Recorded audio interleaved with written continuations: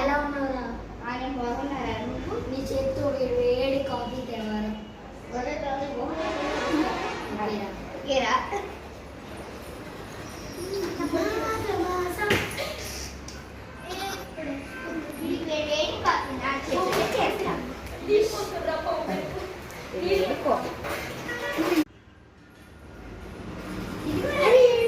Coffee అలా అడిగినాను. అవును coffee అరే కాఫీరా అలా పట్టుకొని వచ్చావేంట్రా?